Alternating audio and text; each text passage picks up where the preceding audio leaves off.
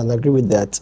But like, I'd like to just, in the light of this threat of a nuclear weapon, nuclear warfare rather, so Samantha, what do you think? Do you think that, at least based on where we stand currently as human civilization, do you think we are closer to a World War III, or do you think we are like farther away from it?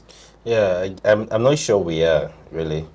I think what leaders, as much as we can have very good stake, people that are very good stake among them, they're very much aware of what it will cost, you know, to go to a war right now. We're just recovering from the COVID. Everybody has not recovered. There's still a lot of resource that's still going around. You still need. You might be rich, you might be powerful as an individual, but you need more than that to wage a war and win the war. You need people. You need the support of people. You need a lot of motivation. So I'm not sure, even if you are a dictator and all, you're still going to count your cost. Right now, there is no exact country that can do that and say they will come out at the top eventually. So I think everybody is really thinking about it. If you start a war now, you're not going to necessarily win. We can look at a lot of instances. We can look at US after 9/11, the war on terrorism, for instance. And eventually they pulled out of Afghanistan because you can't sustain that kind of war for a long period of time. You're going to lose your resource. Yeah. You have people at home. You want them to turn back against you. At some point, if the Russian people feel like they do not support what Putin is doing and they come out en masse against him, there's nothing he can do. He can't kill all of them. Exactly. So he has to still have them on his side for a long period of time. And even as a fact that he's a dictator, maybe he is or not, he wants to do his will, he still needs the support of his people. If he nukes Ukraine, for instance, how would they see him, for instance, as a person? He needs that rating to be up and going. So I think a lot of people are really putting that into perspective. They would rather go for proxy stuff, that they can easily justify and explain away than to go into like a full-blown war, for instance. It's just like what also happened with ECOWAS thing, like with the coup going around, and then ECOWAS saying, let's fight against them. Okay, go ahead and do that. And let's see who wins or loses. So everybody's looking at resource, everybody's looking at what can I gain, everybody's looking at what can I lose.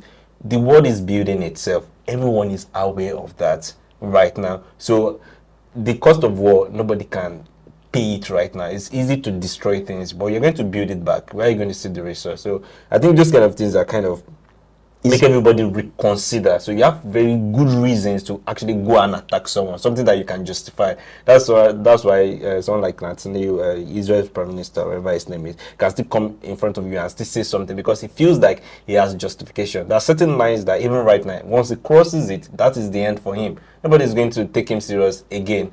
And so everybody is aware of that and just trying to push it clearly. Putin changing the protocol, personally, I feel is a bluff. Really, he's just trying to show that I can do it. Yes. You guys be afraid of me. Yes. Like, what is stopping NATO from supplying Ukraine, for instance, nuclear weapon in the case that they are hit with nuclear weapon? There is nothing really stopping them because they are not still attacking Russia as it were right now. They can supply them and they can also retaliate. He's very much aware of that, and that's why we would rather try to form alliances with other countries, economical or all this kind of a thing, just to be in a stronger position, as it is. So I think World War III, in terms of physical destruction, is still further in the future. That's where I feel about it. Except we truly have a psychopath. I don't think all the leaders we have right now are truly that. I'm not sure they are truly. They've gotten to that extreme end.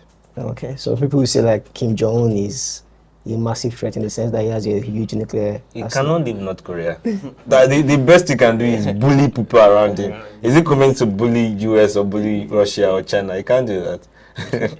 So in your opinion, we are not close to World War III? Maybe in another sense.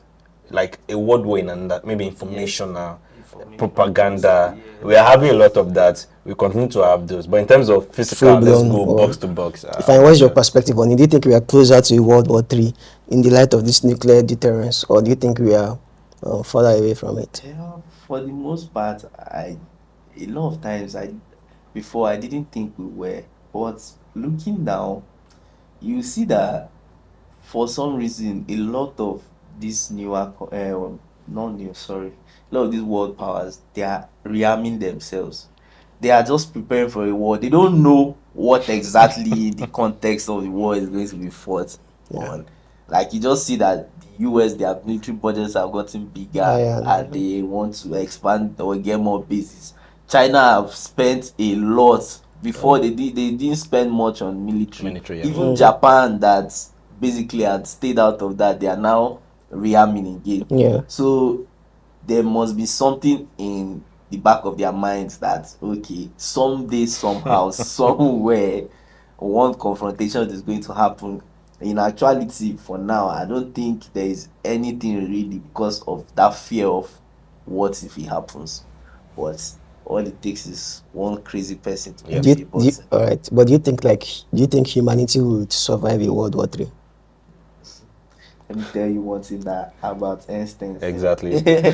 He said, I don't know what World War III will be fought with, but World War IV will be fought with sticks and stones. Yeah.